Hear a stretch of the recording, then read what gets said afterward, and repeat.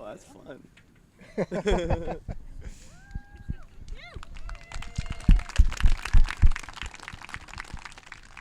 I think that's a good place to start with the fun. Yeah, always fun.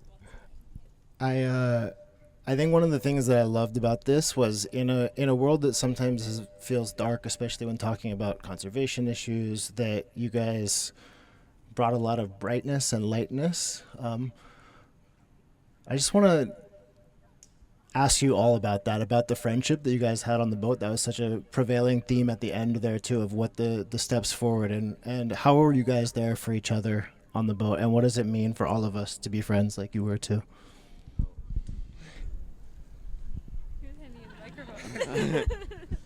Well, like the film says, crossing the Pacific is pretty minors with the positive mentalities. So I think it was just crucial in keeping a positive mentality. It's super easy to get defeated, especially when you can't see anything but the ocean. And Kalani and I actually made a really funny list before we left of all the things that could go wrong. And I think it's important to address those first. And some of them were pretty comedic, but some of them were also serious. And I think just going into that knowing what could go wrong, but laughing that everything went right is the worst thing that could go wrong. Oh, if the Kapena, this guy right here, had one psychotic breakdown, you gotta tie me to the mast so I can get home alive.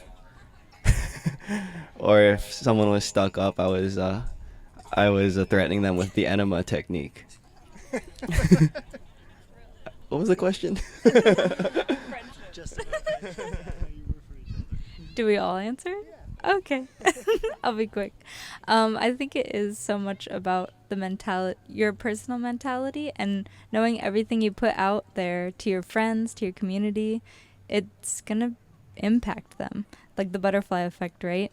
So try and make as much positive impact, even if it seems like it's not doing much in the moment. You never know who's overhearing it or who it might be impacting. I think just overall, it was something that we needed to figure out in the moment. It wasn't something that we could have just shown up and in an area and discussed it beforehand, because it's raw, it's nature, it's things that we can't control, and it's not something that we could have planned. So I don't know. I think trust was probably the beginning of how that started, and we took it from there. But yeah, it's close quarters, so you can't really, like, if one of us didn't like each other, it was going to be a problem, but it worked out. One thing also that stood out, I think that it's a pretty unique and amazing experience, obviously, to sail across the Pacific, and it's something that not very many of us will get to do. I actually know a few people in the audience who have, but for those of us who won't, what is the message and what is the feeling like since you've gotten back to land? How has it translated into how your life has changed, and how can you translate that experience to help people understand like what your journey means to their future too? Light topics, light questions. I kind of viewed the trip sort of as a rite of passage, and I know that's something that we don't really practice too much in the first world countries. But to me, in my mind, I kind of looked at it as if we're children of Hawaii, and this is like our rite of passage to come home, and we have to do it because our fa'a is in another place. And if we don't make it home, then obviously we're dunzos. But if we do make it home, then we acquire like a deeper sense of this place that we get to call home, and really show that it's a privilege. And it really also communicates that we're way more connected to the other parts of the world than we may seem. You get in an airplane and you just close your eyes and you're there in a different country. But when you actually get to sail the channels and the currents and feel the winds and the circulation and see all the organisms, you really get a good understanding that we're all in this together. And I think that's where like the environmental stuff comes into play too. And yeah, you come back a full different person because you realize that you actually gotta give a shit, and it's important to do these crazy adventures. We'll share this one. I agree. I think I also viewed it as a kind of passage or rite of passage. and returning. My family hadn't been in Hawaii for 2 generations, and me moving back to Hawaii was in itself kind of a returning, but it was so literal going from California sailing to Hawaii. And I think just choosing as well the uncomfortable path versus we could have just paid the extra money and shipped her in a container and gone on a plane and met her back in Hawaii and put her together here. But we decided to go the uncomfortable way and the harder way for sure. And even though it put a lot of things on the line, like our financials and our time and our physical bodies, it definitely wasn't the convenient way, which I think in our culture today is a lot of things are for convenience. And so it was sort of our way of rebelling against that, I guess, and trying to see what we were made of and proving to ourselves that we can be in nature and we want to be. And that she's not always against us. For me, I would say it was a big piece culturally, because I think just like in the root of it, it was something that, I don't know, something that seems so foreign to our generation and to, I mean, even like my parents' generation, needing to go from one point to another across the ocean as opposed to using an airplane. Like it really is something that simple, but in the act of doing it, it's I viewed it as something that's lost in our culture now. So I just felt like it was a special opportunity that not everyone gets in their lifetime, to have that that call and actually answering and saying, yeah, like I'll commit to this. So it's like, yeah, I don't know, it was just an experience that would have felt foolish to not capitalize on. This is something special and something that I can carry forward with my family and my friends, and be able to have that perspective. And I don't know, for me also personally, like I now see complaining in a completely different way. Because it's like something, it's silly, but it's also like perspective, because everything for us is so accessible, and out there it's not. It's planning, it's preparation, it's kind of crossing your fingers a lot of the times too. So I also want to add that the vessel we were sailing on, ʻAʻā, is a double-hulled wa'akaulua, but she is designed by a European guy named James Warham. And he is an incredible story, and that's just a whole nother chapter in its own. But basically, this guy was genius enough to figure out how Polynesians cross the ocean and be able to design these crafts in a way that people of a lower income and status can acquire them and go places where no other people can. For example, I was just in Australia sailing on a Warham design, actually, and we were going up these crazy narrow channels with sand. There were like 2 feet of water, and we were just skimming past all these boats that were run aground and just doing things that you just wouldn't even expect to do in a sailing boat. But also it pays homage to our home, and it's all lashed together. The interior is stitched together in epoxy, just like how people would use ulu sap and the new flesh to glue it together. And I think it's just a symbol of that you don't need a lot of money and a lot of resources to be able to pull something like this off. I mean, they just came out with a 24-foot version of Warham design. I'm a salesperson now, ho. But basically, this thing is half of the price of a Tacoma, and you can cross an ocean on it, and you get the joy of putting it together yourself. So I just think that shedding light on that was important to me, and showing that voyaging isn't for a big society, it's for anyone who wants to do it. That's awesome. Yeah, and Chris told me about those, and I know he has a dream of getting a lot more of them here and captaining them and helping people learn how to do what he did. Just a couple more questions, and then have the audience ask some questions too. But Chris, this one's for you. I imagine when this started, as you didn't know the story already. So like this, what came together was an evolving process that's, your mind, your art, your friends. And can you tell us about that, about how without knowing the story, how this did come together. This story that we just watched? Yeah. I mean, it's just the same thing as life, the way I put the film together. I mean, you don't really know what's going to happen to you. So I knew that I was going to do something that I've never done before, and I knew I was going to document it, but I had no idea what the story was.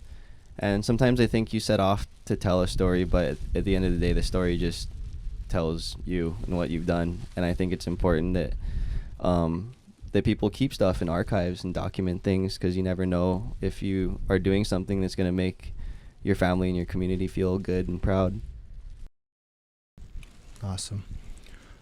Kaylee, this one's for you.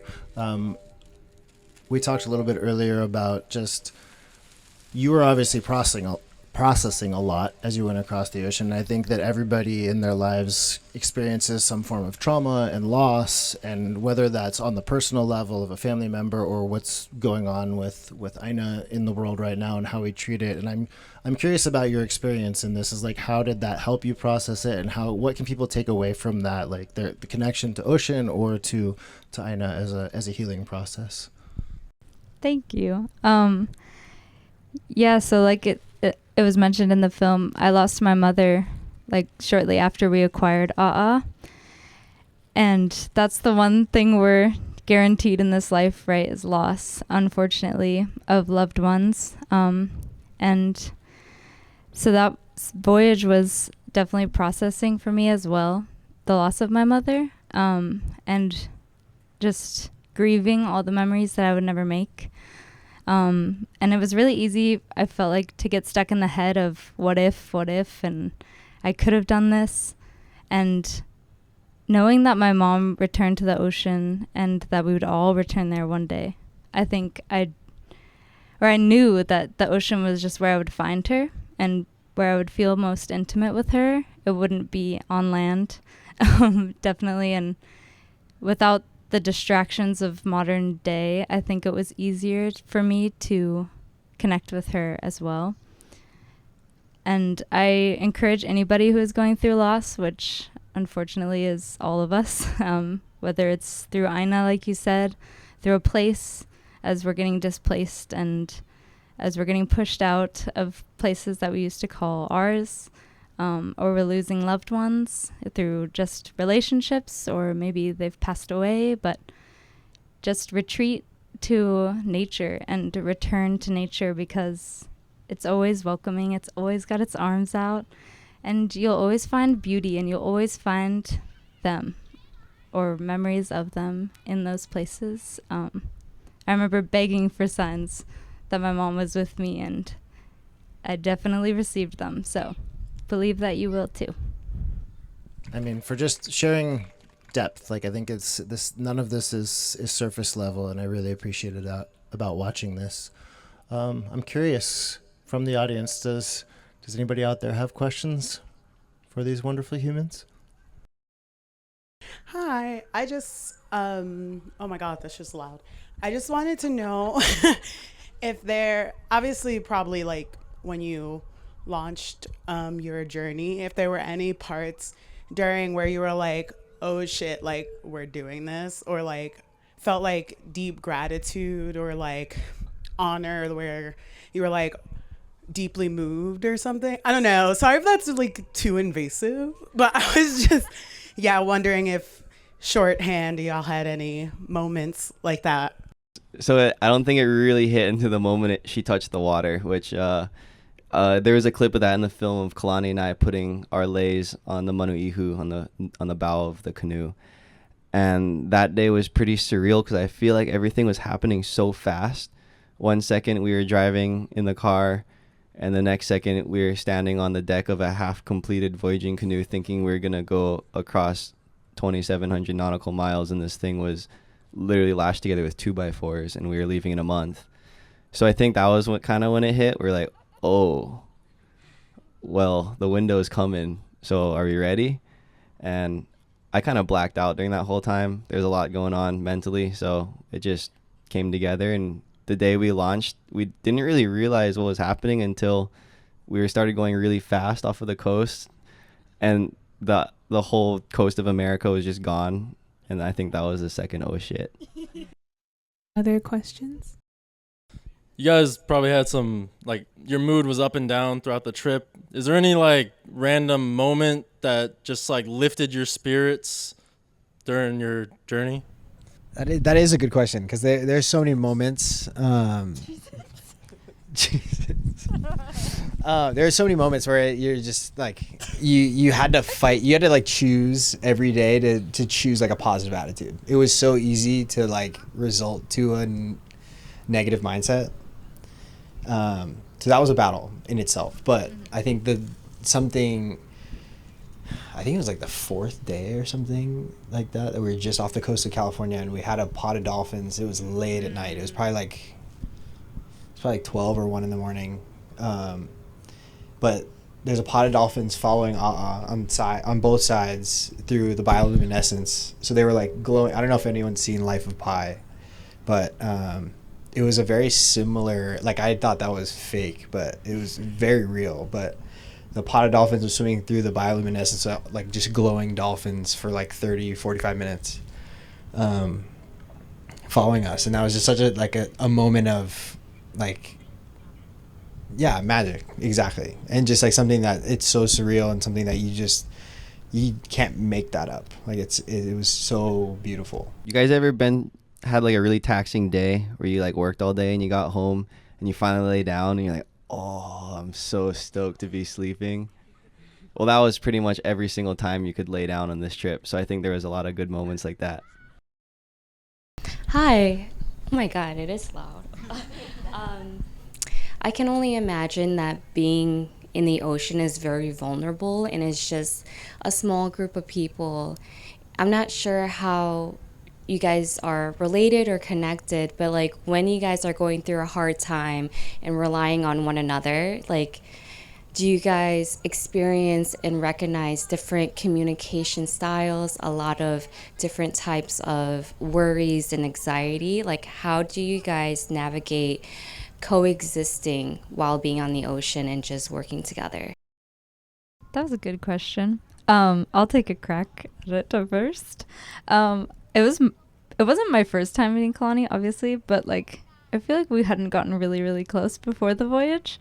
Me and Chris are pretty good at communicating, especially after that voyage, but I think it was a testament to all of us. And it really got us down to the nitty gritty. I feel like we were very food motivated and sleep motivated. And so the boys quickly realized that they could win me over by taking over some of my shifts. Even though it resulted in a lack of sleep for them, they noticed I was so much happier.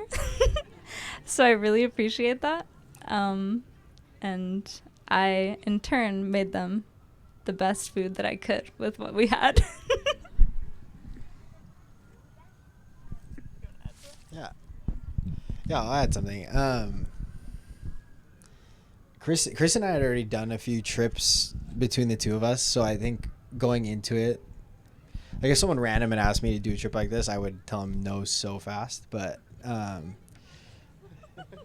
I think it was a testament to Chris asking me, and I was actually willing to hear him out of like what his plan was.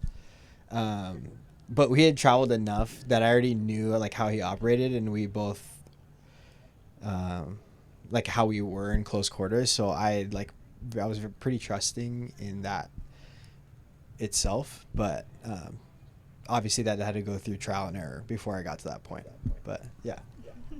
In other words, you need one person that's low enough to go, and you need one person that's smart enough to keep the other person alive. So the first one's me, and the second one's Kalani. So I think if you find those two people in your life, you should definitely hold them close. I was just wondering, like, what type of food did y'all eat on your voyage?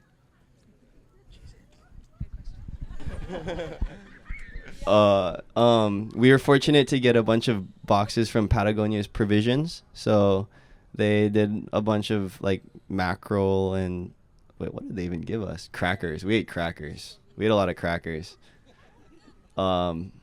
We did pretty good. We grocery shopped and like listed all of the foods that we knew was probably going to go bad in order. And I guess you got to eat them right before they go bad. So you're eating like fresh salad the first day to like, eggs, which will go bad, or We didn't have eggs. I don't know how to answer this. I forget. We didn't have that much food. Yeah. You're forgetting. We caught 1 mahi-mahi. 2 mahi-mahi. What we really ate was macro bars and meat sticks because none of us wanted to go down to cook. And it was really bumpy a lot of the times, especially the first couple weeks. I'm not very good at cooking.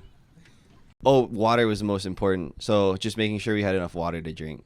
So we overestimated. We came back with not very much food, but we had a lot of water. So that was good. Hi guys, it's so special to see your journey. Thank you for sharing it. This is a personal question, so you don't have to answer, but I'm really curious, when you go into things like this, people tend to have their like resilience tanks full, maybe with like a playlist or loved ones you're going to connect with, or certain mantras you prepare for the hard times. But then when you're in the voyage, you sometimes discover new anchors of resilience. And I'm curious if you can share either some you planned for or some you discovered on your journey. I'll answer for the one that you didn't plan for, but I hit 6 days in or something like that. Early on, I dropped my phone off the side of the boat.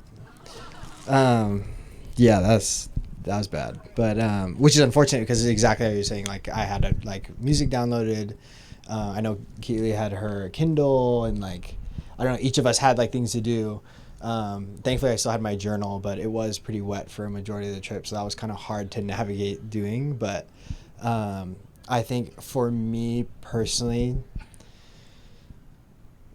I think I found that I'm a lot more comfortable with myself than I thought. Like, there's so much time out there. Like, I was staring at the water for literally days because there's just nothing else to do. But like, I think that had a lot of positives because it made me more aware. But I think that made me like reflect inward a lot more than I was anticipating. And I think just in that realization that I was very comfortable with who I was and how I see myself. I was just talking with my friends about I was kind of going through a funk the first few days, and I think it was because I couldn't go in the ocean, but I was so close to it, and it was really hard for me. And I realized after that I could scoop a Home Depot bucket full of the seawater off the side and dump it over my body and that it was somewhat close to the feeling of being in the water. And so I started doing that even though it was like all stormy and cold and wet and I was shivering, and it made me so much happier. And I realized just how dependent I am on the ocean and how grateful I was to have that outlet of just like, that's just like a breath of fresh air. I felt like so much better. I would say having like gotten the fortune to do a few crossings before this, I kind of knew what I was getting into, and I knew that books are nice, and it's nice to have books where you can kind of open it to any page and read something and put it down. But most of the time you just get really comfortable staring at the water, like how Kalani said, and you start to not only just watch the water but begin to understand it. And I feel like when you unlock something new in your brain, like when you start to see another swell line you didn't see before, it's a really exciting feeling. So you kind of tap into just a whole nother way of just watching the world go by. But one thing I never did on the other crossings, since ʻAʻā is so tiny, you can literally touch the water over the side, was dangling your head over the back and feeling like how fast you're going and your hair can touch the water. That was pretty awesome. Amazing. We had someone from the audience ask me to ask you folks, I know I'm everywhere, how long was your guys' journey? 23 days, 22 nights. Chris said 11 days. 11 days? No. Yes, you said 11 days. Okay, we have a kid who wants to ask a question too. Come. I was wondering what it felt like when you went over a wave. You ever have dreams of flying? You never had dreams of flying? Well, it just feels weightless. You feel like you're lifted off of the earth and you're soaring above everything, and suddenly you're above the horizon, and Then you drop back down again. It's one big roller coaster ride, and it's over and over and over again. It's epic. Besides understanding the ocean, did you also start to understand the stars? I did. I learned a lot from Chris, but yeah, I think you put into perspective how people use and actually valued the stars. Obviously in like in that celestial like being way, but in pure necessity, because that's what people use the stars for. But yeah, I learned a lot about the stars while I was out there. I think the most important thing I taught these guys was find your favorite star every night and hold it real close to your heart. My third question is, were you like scared when the big stingrays, or the manta rays, or the sharks, when you were in the water? Did you feel scared? No, I didn't feel too scared, but I do understand the feeling of being afraid of larger animals, but I always choose the approach of let them come to you and just appreciate the experience that they're sharing with you, because it is so special and not a lot of people get to see it. And a lot of times they're super scared of you, so when you can get close to them, it's a really special moment. Cool. Thank you for your questions. Yes. Hi, Jen. Yes. I was wondering how you navigated. You mentioned the stars, but were you using celestial navigation the whole time, or did you have GPS, and did you have radios? Yeah. Well, the compass died. Yeah, so the first day our compass flipped over and started spinning in circles, so that kind of went out the window. And then I also bought this really fancy ICOM like VHS/AIS radio, and quickly realized that I forgot to charge it, and then I also left the manual at home, so that went out the window. But luckily we had like little Garmin on our belts, and those spit out your coordinates, and your phone gives you your waypoint. And there's a lot of epic technology on your iPhone now, so we used a mix of all things, because I didn't want to be totally irresponsible and just think that we could do it the old way. But I tried my best to incorporate all of the old school methods, and when you're on a really good line, to just remember like what everything looks like, whether it be the swells or a certain star path that you saw the night before, maybe where the moon was rising. And sometimes it's really good that we have modern technology, so we can just kind of check ourselves and see how long we can last without it. So I tried to have them in our pockets, but not look at them too much. Any more questions? Oh, Raf. oh, sorry, being pulled back. Well, first of all, well done. I really enjoyed it. And then in the presentation that's playing on the screen right now, you have a crab claw up there. But did you run a crab claw the whole time, or? No, so ʻAʻā came rigged as a cutter rig, and she had like a Marconi sail with what do you call it, like a wing sail, kind of like a windsurfing boom, and she also had two head sails. It worked really good. When I got home, I was sailing and I was a bit scared about how much sail I had up, and I really liked the design of the crab claw because you can lower the spar really easy. So it kind of not only was a way for me to experiment like how people used to sail in these waters in the old day with the sails, but I just feel like it made me a better sailor because it teaches you just new techniques. And right now we don't have the curved boom that you see in that photo, just because I made it a little bit the wrong size. So we have what I guess I would call a chopstick crab claw, where it's just two long sticks. And I feel like a lot of cultures in the Pacific have been using those, and I'm slowly realizing why it's so important. Just real quick from each of you, what was in your head and your heart when you saw Hawaii and you knew that you were home? I think the initial feeling is like excitement, but I think because of how far out you can see it, it's almost sad. Like it's sadder because you can see it, but it's you're still gonna take 3 days to get there.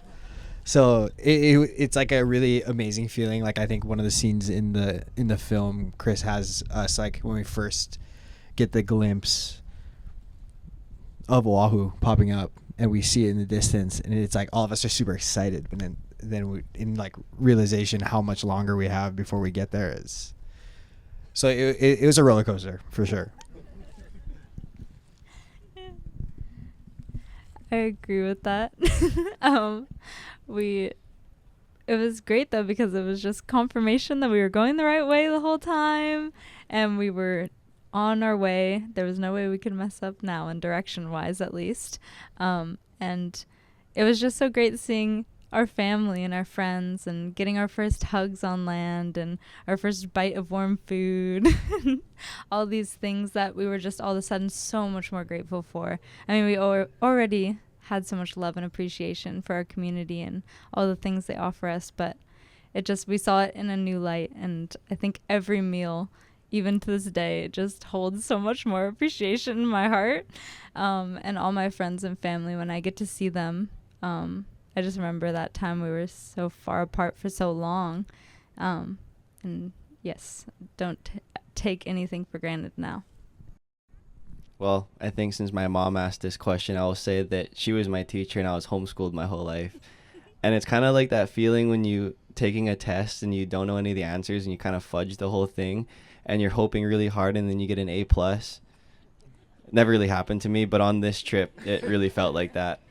And it's crazy because you can sail as far as you think you're going in the right direction and you can keep going, but you don't really know until you see the island. And sometimes some clouds might trick you and they'll be stacking up high on the horizon and then they move the next day and you're like, oh, that wasn't the island. But there was this one immovable cloud that I remember seeing. It just burned into my memory, and it looked like a pohaku being surrounded by kapa. And I just remember I have really bad eyesight, but I just knew that was the island for some reason. And that feeling just felt like a big A+, and it was like a well done, you made it home kind of a thing. And obviously, like Kalani said, it's a long time till you get there, and there's a lot of angst of like, oh, are we gonna get smashed by the channels, or like something else gonna happen? Like we made it, but we didn't really make it. And then that feeling when you touch land, it just feels like you're floating. It's an incredible feeling, especially when you're here in Hawaii and your family's all there. Awesome. Any last questions from the audience? No? Okay. Oh, is there? It's so hard to see. Anyone in the back there? Huh. Okay, no. Cool. Giving it to Ralph. All right, just the last couple for you, and then we'll let you guys rest because I know it's been a long day too. In the film, you describe the meaning of ʻAʻā, but I'm curious here for you all individually, what does it mean? Well, I remember when I was getting to sail on Hokulea, ʻAʻā was the first star I ever learned, and I remember asking about it since it was the brightest star that I saw on the southwestern horizon. And I didn't think too much of it. I was like, oh, that's awesome. And then a few years later, I was sailing from Ventura to the Marquesas Islands on a friend's monohull, and it was just shortly after we purchased ʻAʻā. And I was thinking of a name, what to call it. And I remember looking out a little porthole, and there it was, that same star. And I just remember that it felt like the first part of a big lesson, where this is the first time I'm going to be a kapena of my own vessel.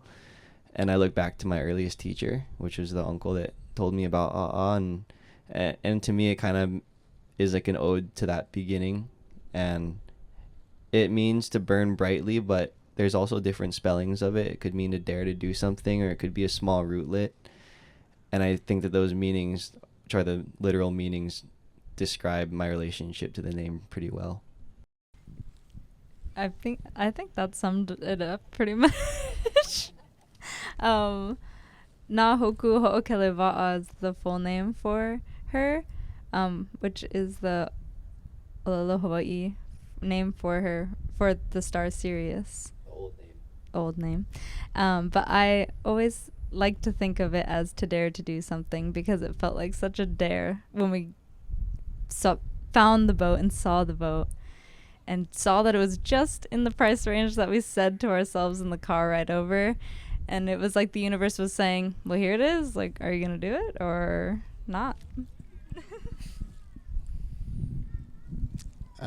I totally align with all of those things, but I think it also for me stands for like a choice, like a decision, and like we made this choice, we made this decision to pursue this and to experience this. So yeah, the lifestyle. All right, and final question: what's next for ʻAʻā? You're going to find out after we do it. All right. But also, thank you so much for coming, everybody. Please support Sustainable Coastlines for putting this event on. And if you need a new hat, I got some. It'll support ʻAʻA. And before you guys go, I think Leia was going to come up here with a little gift that hopefully she'll explain too. Okay. Aloha, everyone. I'm Leia.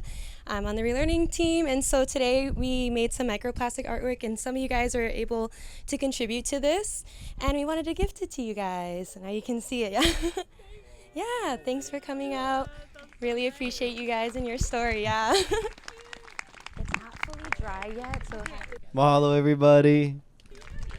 Mahalo to you guys. Thanks so much for pouring your hearts out and sharing this with us. It's really a special experience to be a part of it. So again, mahalo, and thank all of you for being here. Big round of applause for them, please. Oh, Keili has a Substack. I don't know if you guys all know what that is, but we write a bunch of updates on it, so you can find that somehow. It's called Ethnomads on Instagram, and it's also called that on Substack. Yeah, and we'll share a lot about this through the Sustainable Coastlines Hawaii website and our social medias too, so you can make sure to follow up with them and follow along for the journey of what's next. But yeah, again, huge mahalo to you guys for coming out tonight. I'm really appreciative. I think that, as I was expressing in the beginning, the mission of Sustainable Coastlines Hawaii is really about connection and reconnection. I think the stories that you guys shared with us really highlighted that opportunity that we all have in front of us. And that last message is, I mean, just go for it too. It's like, get out there. And I think that there's so many of the things that we think about as problems in the world that if we just go for it with some of the solutions and the connections that we have at our fingertips, we're going to be able to solve these things. And there's a bright, optimistic future ahead of us. And I think your story really helps us get there. So mahalo again. Thank you. And just last housekeeping, if you guys had cups for the popcorn or anything, you can just bring them back to our booth over there. Please chat with our relearning team over there. If you want to become a SHMember, an SCH member, we still have a bunch of wonderful gifts for you if you sign up for our recurring monthly donations, which help us to do all these things in the future and keep doing the work that we're trying to do at Sustainable Coastlines. So keep coming back. Come to our next cleanups. We love all of you for being here. Mahalo again, and have a great night.